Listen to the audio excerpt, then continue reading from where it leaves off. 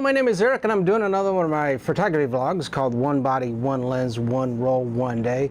It is an extremely chilly January day, so I'm going to be trying to shoot some stuff inside, partially because of the fact it is really cold outside and I don't want my batteries to die on me. And two, I've got a really unique lens that I'm going to try to shoot. As you can tell, I've got some random stuff on this table. Today's camera is a Canon EOS Rt. You've seen this guy before. It's, standard Canon EOS. Mid-1980s. It was part of the 600 series families. It went with the 600, the 620, the 630, 650. This is basically a 630 variant. And the variant is, it's an RT. The RT means it's got a pellicle mirror. So when you normally take a picture on any film camera or even a lot of the DSLRs, the mirror moves up and down, the curtain gets out of the way. The pellicle mirror physically does not move, it just stays right there. It's actually semi-transparent, like a two-way mirror. So you can actually, if you're careful, you can actually see the curtain beyond the mirror, even the mirror is not going to move. They did this for a couple reasons. I explained before. One, faster motor drive. Two, you don't get the blackout when a mirror gets in your way, so you can track moving stuff a little bit easier. It was kind of more designed for that action type of thing. Now, today's lens is a very bizarre, unique lens. I told you before I had some weird stuff. This is some weird stuff. This is called the Laowa, L-A-O-W-A, Laowa probe. This is a very, very tight macro lens that even has some LED lights on the tip. So when I go to use it, I'll have some light right there. And I actually did pull out my video lights, so that way if I need even more light than what this thing's going to have, that'll help also. Now, being extremely tight, I brought some stuff out, and maybe I can get some really cool tight shots. I've got my my Leica. We can kind of maybe get in on some of the controls there. I got a torn apart camera. Maybe take a look at some circuit boards and stuff like that. Some soldering, cleaning, foil. Kind of see the textures on that. A brush inside of a book. Put it inside. Kind of see maybe words and stuff wrap around. Maybe even texture of a paper towel. I even brought some spices. And if I get to it, maybe I'll shoot the spices so you can get really some tight close-up on the spices. So this is another variation of doing macro.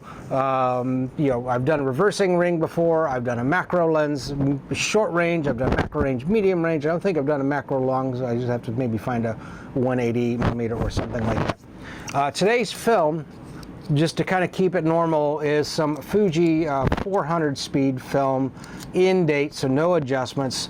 I made sure I had some nice 400 speed film because I didn't know how the light was going to do. And this probe lens is an f/14 lens, so it is it's a very dark, very narrow, very tight aperture. All right, give me a minute to load up the film and decide what I'm going to shoot first. I'll be right back. Okay, so to power the LED light, you can see I've got the LED light turned on. It is powered through a USB-C connection. I've got it plugged into a power bank that was provided to me by the guys at Dodd Camera in Cleveland. This is one of their rental pieces, so they let me borrow it. And so I can do this fun little project. I've got to return it tomorrow. So I would say check out the Laowa lens if you like the shots at the end.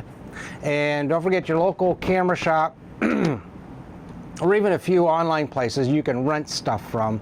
Now I tend to shoot a lot of Pentax, so maybe not as much Pentax stuff for rental, but with a lot of the other film cameras that I've shot, if I wanted to borrow like maybe a 70 to 200 or a 100 to 400 or something like that, as long as it's an EF mount, or a few times I've shot Nikon's, a Nikon F mount, then I'd be okay to do that. Usually a lot of places have very reasonable prices, 35 to 50 bucks for lenses. Bodies might be a little bit more because they're a little bit more pricey, but you don't want to hear about that. You want to see me get some shots. Let me set something up. Be right back. Okay, so I'm set up. The probe is in the middle of this book. It is the World History of Photography. Guess what? It's a photography book. Hey, I did experience a little bit of a technical issue. This body does not necessarily like this lens. If you mount it all the way in and it locks into place like normal lens should, this RT tends to give me a glitch. It does not want to fire, even in manual mode. So what I did is I moved the lens just off its locking mechanism so it didn't think there was a lens on it, but yet I am still relatively mounted. And because there's no real electronics in this lens, camera doesn't know there's nothing on it, so it's shooting as if there was no lens on it. Looking through the viewfinder, looks like I've got everything set up. I am set up at, according to the probe, I'm about f14. And I'm firing about 1/6 of a second. I don't know if that's accurate or not. I might be overexposing because I'm not getting any type of good reading from this camera, but that's okay. I'll shoot it. I'd rather overexpose a bit. I think I'm probably fine, especially at, you know, f14. I'm going to get a couple more shots inside the book, and I will move to another piece of equipment.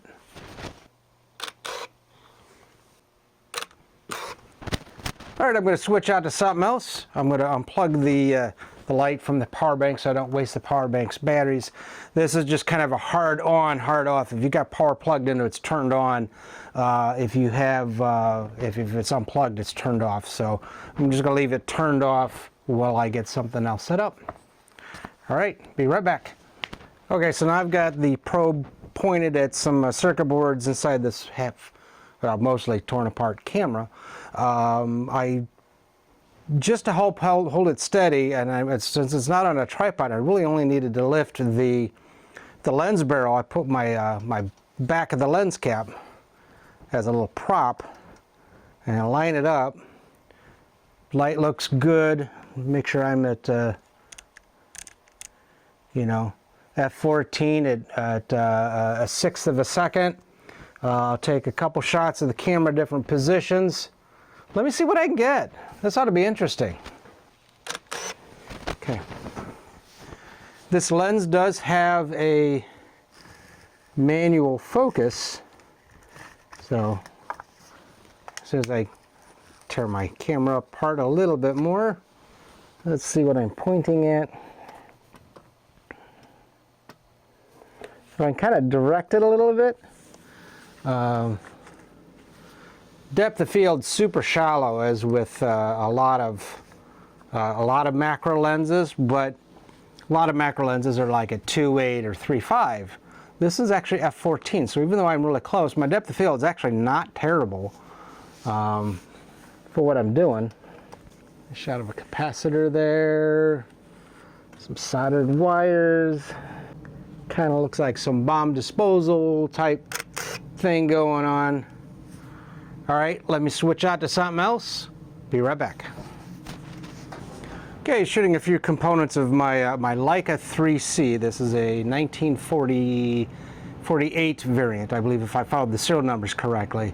I had the shutter rebuilt maybe about 10 years ago, and about the same time the leatherette was kind of cracking off of it. So I just told the repair department to take the leatherette off, and I was eventually going to put in either some custom leatherette. You can get them from like a couple different places. I think there's a place in California, a place in Canada. You can get some die cut leatherette and replace it.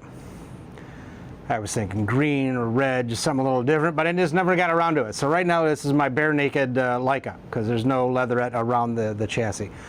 But I'm pointing straight at the shutter speed indicator, and I am getting some glare off the metal, so I'm going to adjust my shutter speed a bit. Instead of 1/6 of a second, I'm going to go to 1/20 of a second, because of the glare back. Now I'm going to probably bracket. I'm going to do 2 or 3 shots. So I'll probably do a 20th, maybe a 10th, and maybe a 4th, and see what we get. So 20th, and that's the end of the roll. I wasn't paying attention. There's a roll of 24, and I know it had broken off in another camera, so I probably lost about 6 or 7 shots. All right, so that's the end of this episode. I might do another one with some black and white film, but at least for now, this is the end of this one. Again, today's camera was Canon EOS Rt, the Laowa probe macro, or super macro if you want to call it that.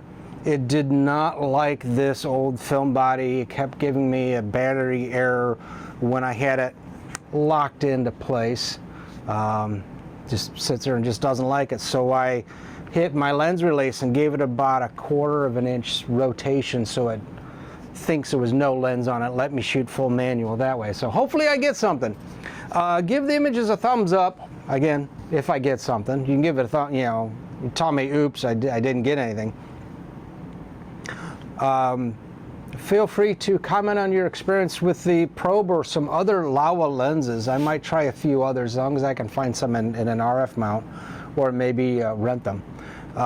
Today's film was some in-date Fuji 400 speed 24 exposure, but because I had it in a previous camera and it broke, I probably lost about 4 to 5 images, and that's why I probably kicked in the rewind when I was at 20.